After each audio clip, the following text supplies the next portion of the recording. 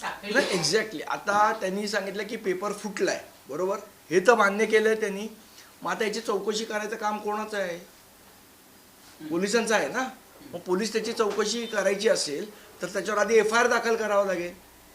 भले तुम्हाला माहीत नसेल की एक्झॅक्ट कोणी फोडला, तर अज्ञात व्यक्तीविरोधात FIR दाखल करून चौकशी करू शकता.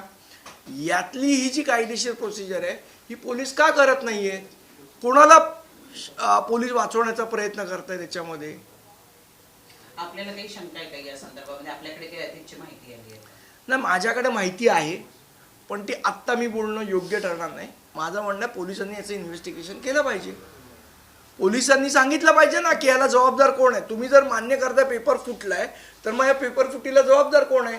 त्यांच्या विरुद्ध गुन्हा दाखल करायला पाहिजे. तो गुन्हा अजून का नाही दाखल झाला?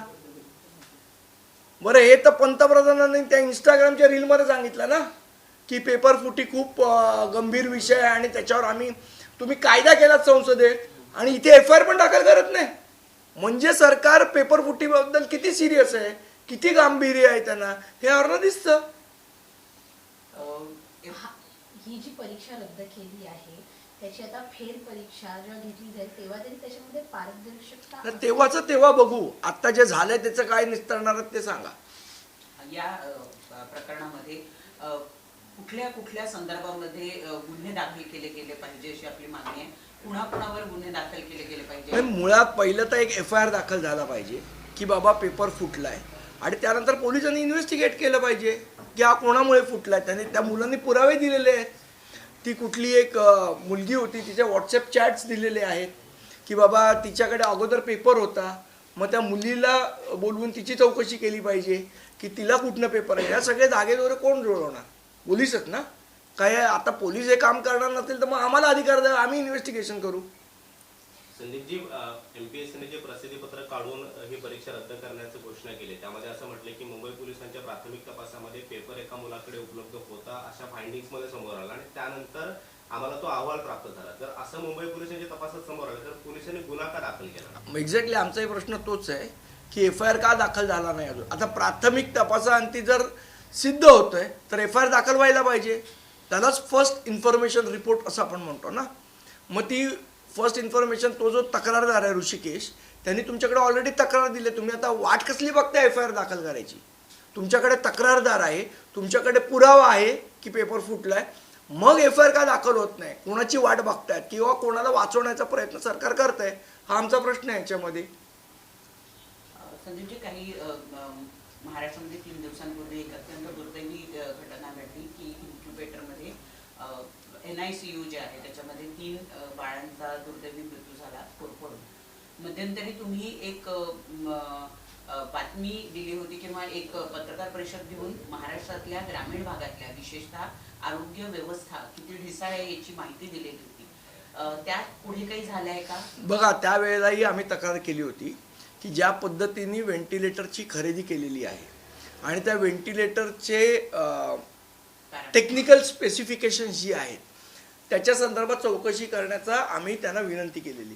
त्याप्रमाणे त्यांनी ती चौकशी समिती त्याच्यात नेमली होती. आता त्या चौकशीची समितीचा अहवाल अजून प्रलंबित आहे. तर त्या संदर्भात शासनाने आता हे केलं पाहिजे की ते व्हेंटिलेटर सदोष होतं का? ज्या अर्थी व्हेंटिलेटरमध्ये स्फोट झाला त्या अर्थी त्या टेक्निकल स्पेसिफिकेशन प्रमाणे व्हेंटिलेटर नव्हतं का? आणि जर नव्हतं तर मग त्याच्यावर काय कारवाई केली? मला असं वाटतं हा जो चौकशीचा अहवाल आहे तो आरोग्य खात्याने त्वरित प्रसिद्ध केला पाहिजे. त्यावेळेला तुम्ही केवळ एका विभागापुरतं नाही तर महाराष्ट्रभरामध्ये कशा महाराष्ट्रामध्ये ज्या पद्धतीने व्हेंटिलेटरचा टेंडर घोटाळा झाला आणि त्यामध्ये चढ्या भावाने व्हेंटिलेटर विकत घेतली आणि चढ्या भावाने व्हेंटिलेटर विकत घेऊन जर ते आमच्या जीवाशी खेळणार असतील तर मला असं वाटतं ह्याचा जो चौकशी अहवाल त्यांनी जो केलेला आहे आरोग्य खात्याने तो जाहीर केला पाहिजे. प्रकाश आंबेडकरांनी याचं उत्तर दिलं पाहिजे. त्यासोबतच आपण जर पाहिलं तर मग मराठी रिक्षा चालकांनी आता कोर्टात धाव घेतली आहे. त्यांचं म्हणणं आहे की आम्हाला पुरेसा वेळ दिला गेला पाहिजे. काल देखील परिवहन विभागाकडून असं सांगण्यात आलं की 3 महिन्याची मुदत जी आहे देण्यात आली. मला असं वाटतं आता त्यांचा काही लगेच परवाना रद्द नाही ना करत आहेत. त्यांना नोटीस देत आहेत ना, म्हणजे वेळ देतातच आहेत त्यांना. शिकायला काय प्रॉब्लेम आहे? त्यांचं म्हणणं आहे की सक्ती केली जाते ती आमच्यासाठी सक्तीचा विषय नाही, हा कायद्याचा नियम आहे. ते कायदा आहे हा. की तुम्हाला जर परवाना पाहिजे असेल तर मराठी बोलता आलं पाहिजे. हा कायदा आहे, याच्यात सक्तीचा काय विषय आला? संदीपजी, एक प्रश्न असा आहे, सध्या गणेशोत्सव जवळ आलेला आहे आणि अशामध्ये गिरण गावातला उत्सव म्हणून ओळखला जाणारा हा उत्सव आता अंबानी आणि अदानी यांच्याकडे पाहायला मिळतोय. लालबागचा राजा आणि चिंचपोकीचा चिंतामणी सध्या अदानी बरोबर करार केलाय. कसं पाहता हे सगळं? दुर्दैव महाराष्ट्राचं. म्हणजे गणेश उत्सव हा आमचा सण होता, कॉर्पोरेट वॉरचा भाग ही जर गणेश उत्सव मंडळ होत असतील तर ह्याच्यापेक्षा दुर्दैव नाही. उद्या काय गणपतीमध्ये आम्हाला गरबा बघायचा आहे का आम्हाला, अदानी आणि अंबानीच्या हातात गणपती देऊन? आणि मला असं वाटतं ह्याची सुरुवात मागच्या वर्षी लालबागच्या राजाने केली. ही अत्यंत दुर्दैवाची गोष्ट आहे. मनाला हे पटूच शकत नाही. ठीक आहे, गणेश उत्सव मोठ्याने साजरा करायला पैसे लागतात. किती लागतात तुम्हाला? आज लालबागच्या राजामध्ये करोडो रुपये जमा होतात ना, लोक स्वतःहून येऊन तुम्हाला देणग्या देतात. मग कशाला तुम्हाला अंबानी पाहिजे तिथे? काय मोठा सल्ला अनंत अंबानी देतात गणेश उत्सव मंडळाला की इतक्या वर्षात तो त्यांना मिळाला नाही? अनंत अंबानी असं कुठला सल्ला देतात लालबागच्या राजाला की त्याच्यासाठी त्यांना सल्लागार म्हणून नेमलंय? गणेश उत्सव मंडळ कंपनी करायची आहे का की त्याला सल्लागार म्हणून अनंत अंबानीला घेतलंय तुम्ही? आणि मग त्यांचं बघून आता अदानी आले, ते म्हणतात आम्ही हा गणपती, उद्या अजून JSW येईल, उद्या अजून गोदरेज येईल. मग गणेश उत्सव मंडळ हे काय कॉर्पोरेट वॉरचं तुम्हाला ठिकाण बनवायचं आहे का? हा महाराष्ट्रातला मराठी माणसाचा मातीतला सण आहे, तो ह्या उद्योगपतींच्या हातात तुम्हाला द्यायचा आहे का? आणि गणपतीत काय आता गरबा चालू करायचा का आम्ही? आमचे महाराष्ट्राचे मराठी माणसाचे सण तुम्ही या गुजराती लोकांच्या हातात देणार आहात का? गुजराती कंपन्यांच्या हातात देणार आहात का? याचा सर्वात मोठा जर दोषी कोण असेल तर इतिहास माफ करणार नाही लालबागच्या राजाचे जे अध्यक्ष आहेत सुधीर साळवी यांना. हे माझं स्पष्ट मत आहे. माझे चांगले मित्र आहेत ते, पण ही जी काय भूमिका त्यांनी घेतली आहे अत्यंत चुकीची भूमिका आहे. असंच ईस्ट इंडिया बघा, बिझनेसमॅन आहेत ते, अदानी असतील अंबानी असतील, विदाउट प्रॉफिट ते काहीच करत नाहीत. ते जे अर्थी तुमच्याकडे इन्व्हेस्टमेंट, गणपती हे मार्केटिंगचं ठिकाण आहे. गणेश उत्सव हा मार्केटिंगचं ठिकाण आहे का?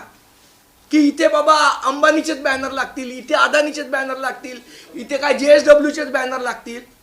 गणेश उत्सव मंडळ तुम्ही मार्केटिंग म्हणून वापरताय का गणपतीला, आमच्या देवाला? माझ्या तर संताप होतो, मनात चीड येते या सगळ्या प्रकाराने. आणि याचा माझी हात जोडून विनंती आहे आमच्या सगळ्या मराठी गणेशोत्सव मंडळांना की याचा कृपया कृपया कृपया आपण नीट विचार करा, आत्मपरीक्षण करा, आपण करतोय हे बरोबर आहे का? नाही तर उद्या 50 वर्षांनी लालबागच्या राजाचं नाव अंबानी गणपती असेल आणि चिंतामणीचं नाव अदानी गणपती असेल. हे तुम्हाला पाहिजे का? हे तुम्हाला चालणार आहे का? याचा विचार आमच्या मंडळातल्या मराठी मुलांनी केला पाहिजे. मला हे प्रामाणिकपणे वाटतं. सध्या काही दिवसांपूर्वी एक घटना सुद्धा घडलेली पाहायला मिळाली. उंच मूर्ती जी आहे ती कोसळली. या गोष्टींचाही विचार करायला पाहिजे. मला असं वाटतं बघा, मूर्ती किती उंच असावी, काय असावी, आपल्याला ती एवढी उंच मूर्ती बनवून आपण त्याची निगा राखू शकतो का? या गोष्टीचा पण विचार करायला पाहिजे ना. हे अशा प्रकारे जर आज काय त्या फॅमिलीवर गुजरली असेल, ज्यांच्या अंगावर गणपती पडून त्यांचा मृत्यू झाला, आज त्या फॅमिलीला काय वाटत असेल, बाप्पाला काय वाटत असेल, हा विचार करा ना. की माझ्यामुळे एका मुलाचा दुर्दैवी मृत्यू झाला, बाप्पाच्या मनात काय येत असेल? आणि हा केवळ निष्काळजीपणा आहे. आणि ही केवळ कसली कॉम्पिटिशन आहे? 2 फुटाचा गणपती तुमच्या इच्छा पूर्ण करत नाही आणि 23 फुटाचा गणपती इच्छा पूर्ण करतो. हा कुठल्या धर्मात सांगितलंय? माझ्या तर धर्मात नाही सांगितलंय, हिंदू धर्मात.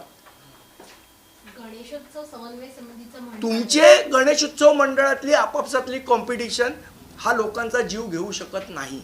हे स्पॉन्सरच जबाबदार आहेत या सगळ्या गोष्टीला. हा, आता पैसा जर कॉर्पोरेट लोक जर याच्यात पैसे इन्व्हेस्ट करणार असतील तर ही अशीच कॉम्पिटिशन वाढत जाणार. उद्या 50 फुटाच्या मूर्त्या कराल तुम्ही, कारण पैसे येतात. अदानी पैसे देतोय, गोदरेज पैसे देतोय, अंबानी पैसे देतोय.